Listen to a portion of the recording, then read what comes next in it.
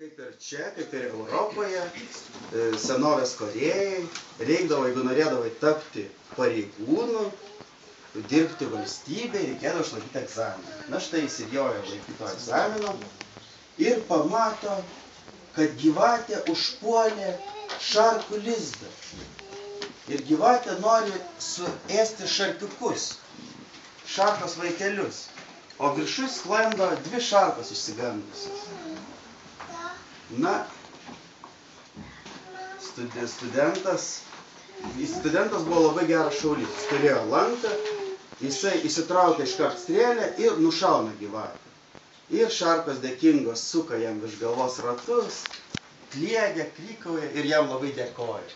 O jisai galvoja, na, gyvenkit ir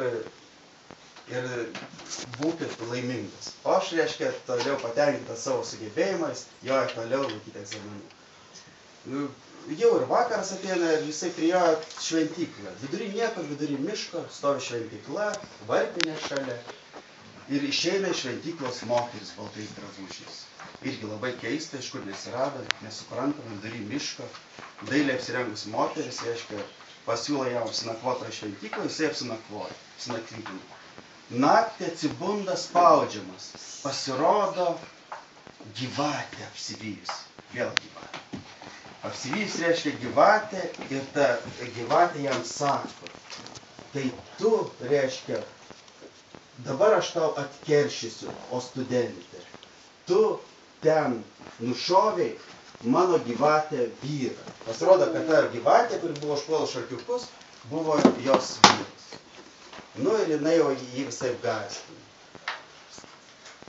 Studentas pradeda galvoti, iš tikrųjų, jisai įsiklauso į savo sąžinę ir pagalvoja, na, negerai aš padariau. Jinai gal galėtų man keršyti, gal nereikėjo nušautos gyvatės. Nes gyvatė sako, kodėl dabar tu nušovė gyvatę? Taigi mes gyvatės, mes ėdam paukščiukus, mes geriam svetimus kiaušinius. Toks mūsų gyvenimo būdas. Kodėl reikia gelbėti dabar, reiškia, tas šarkas, o nužudyti tokį gražų gyvūną kaip gyvatė? Ir studentas iš tikrųjų pagalvoja, gal ir ne tai svarbiausia, kad žudyti ar nežudyti, bet aš galbūt galėjau pasirinkti kitą būdą. Gal galėjau ją nuvyti, gal galėjau tik tai sužeisti. Bet studentas pasižiūri savo širdį į vidų ir pagalvoja, ne, aš pasielgiau blogai, nes aš puikavausi savo šaulio sugebėjimais. Aš puikavausi, aš norėjau įrodyti, kad aš galiu nužudyti vienu šūviu. Ir jisai nušovė. Ir jis nebesipriešina ir net neprašo atleidimo tos gyvatės.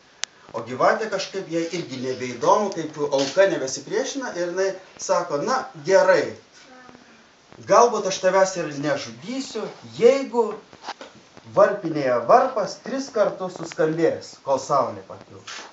Tai kaip suskambės, sako, tas varpas? Taigi čia nėra jokių žmonių. Kas paskambins to varpu? Nu, sako, galbūt dievai tavęs pasigailės, gal kas nors paskambins. Šaiposi gyvatė.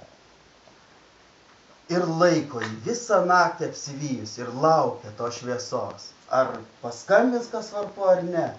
Jau pirmi saulės spinduliai pro medžių viršūnės bliksi ir gyvatė sako, ruoškis mirčiai, bang, suskambo varpas. Reiškia, gyvatė pati nustebo, iš kur, kas čia gali skambinti, taigi nėra gyvos, negyvos dvasios.